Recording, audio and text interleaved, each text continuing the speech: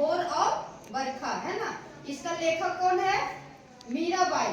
मीराबाई कविता लिखे हैं और वो कविता में बहुत अच्छा लिखे हैं कि कृष्ण भगवान का व्याख्या किया हुआ है। वहाँ के अपने यशोदा माँ जो है कृष्ण भगवान का, उनको उठा रहे हैं कि उठो लल्ला, प्यारे लल्ला, मतलब बहुत तरह से प्यार से उनको उठा रहे हैं कि सभी के घर में दरवाजे खुल गए हैं और आप अभी तक उठे नहीं हैं, इसलिए बहुत अच्छे से उनको उठा रहे हैं। ठीक है, तो उनका व्याख्या हम लोग पिछले क्लास में कर चुके हैं। मीराबाई जो कविता में लिखे हैं, आज के क्लास में बच्चों हम लोग क्वेश्चन आंसर करते हैं। क्वेश्चन में क्या है वो लोग देखते हैं। देखिए, बंसी वाले ललना मोरे प्यारे, है ना। बंसी वाले ललना मोरे प्यारे, यानी कि कृष्ण भगवान को बोल रहे। लाला जी वही है कृष्ण भगवान, कहते हुए यशोदा किसे जगाने का प्रयास करती है और वे कौन कौन सी बातें कहती है। तो हम लोग देखेंगे कौन कौन सी बातें करती है यशोदा। यहाँ पर माता यशोदा जी श्री कृष्ण को संबोधित करते हुए बंसी वाले ललना मोरे प्यारे, है ना, बंसी वाले ललना मोरे प्यारे लाल जी उपयुक्त कहते हुए अपने पुत्र श्री कृष्ण को जगाने का प्रयास करते हैं ना। श्री कृष्ण सोए रहते हैं, उनको प्यार से उठाते हैं, मोरे प्यारे लल्ले उठ जाओ, है ना, जगाने का प्रयास कर रही है। वो कहती है कि भोर हो चुकी है, सभी का दरवाजे खुल चुके हैं, तो आप भी उठ जाइए। और फिर बोल रहे हैं, ग्वाल वाले माखन रोटी लेकर गाय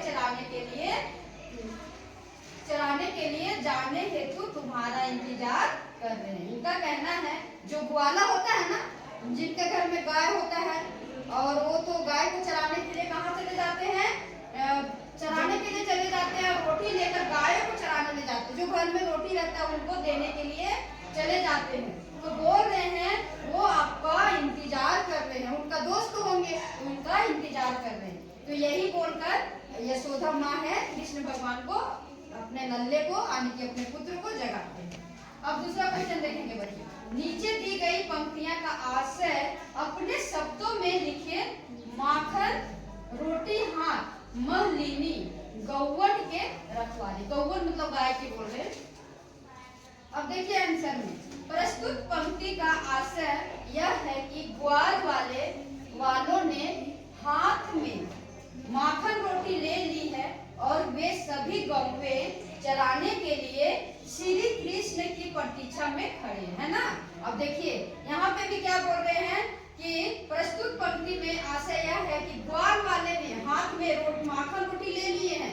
ग्वाल वाले जो ग्वाला है ना आदमी, वो माखन रोटी ले लिए हैं और वे सभी गौवे चराने के लिए यानी कि गाय चराने के लिए श्री कृष्ण के प्रतीक्षा में खड़े हैं, यानी कि इंतजार में खड़े हैं, है ना। कहता है पढ़े हुए पद के आधार पर ब्रज की भोर का वर्णन कीजिए, है ना। ये भोर का वर्णन कर रहे हैं, सुबह सुबह का। ब्रज में भोर होते ही सभी घरों के किवाड़ खुल जाते हैं। वो तो स्वाभाविक बात है कि जब सुबह होता है तो सभी के घर में दरवाजा खुल जाते हैं, आने के किवाड़ खुल जाते हैं, है ना।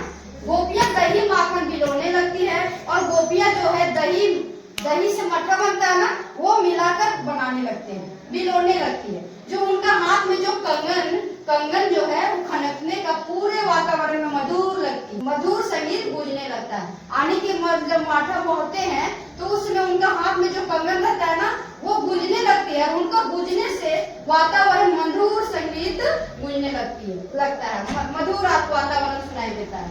ग्वाल वाला गौवे चराने के लिए तैयार होने लगते हैं, मंदिरों में मंगल गान होने लगते हैं ना।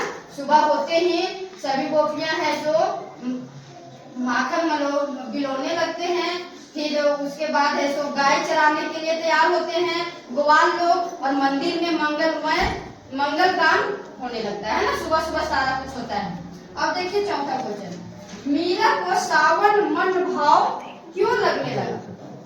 मीरा को सावन मन भाव इसलिए लगने लगा क्योंकि सावन के महीने में वर्षा की बूंदे श्री कृष्ण के आने की भनक अर्थात श्री कृष्ण के आने का एहसास होता है। साथ ही इस समय प्रकृति भी बड़ी सुहावनी होती है ना। क्या होते हैं?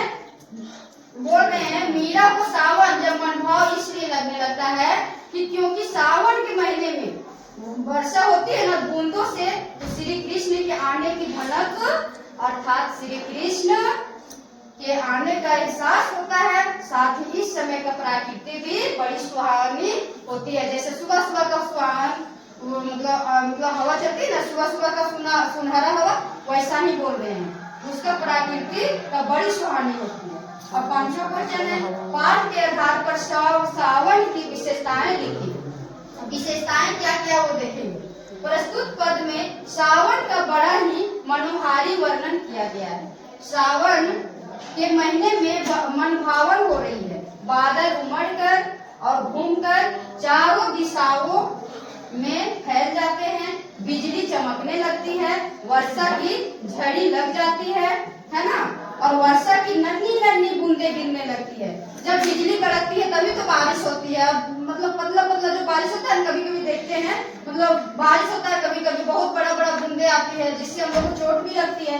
तो यहाँ पे बोला गया है कि वर्षा की नन्ही नन्ही बूंदें गिरने लगती है, पवन भी शीतल और सुहावनी हो जाती है। पवन आने की शीतल मतलब ठंडा ठंडा सुहावन हो जाती है। सावन का महीना मीरा को श्री कृष्ण की भनक अर्थात श्री कृष्ण के आने का एहसास कराता है ना। बोल रहा है कि सावन का महीना मीरा को श्री कृष्ण की भनक हो जाता है कि बारिश होने वाला है, अर्थात श्री कृष्ण के आने का एहसास कराता है। तो बच्चों इस मुझे नहीं लगता है ये क्वेश्चन आंसर आप लोग को पढ़ने में या समझने में या याद करने में कोई परेशानी होगा, प्रॉब्लम का सामना करना पड़ेगा, किसी तरह कोई दिक्कत नहीं होगा। बस इसको एक बार गहराई से पढ़ लेंगे बच्चों तो आप लोग को समझ में आ जाएगा। Okay bye, thank you.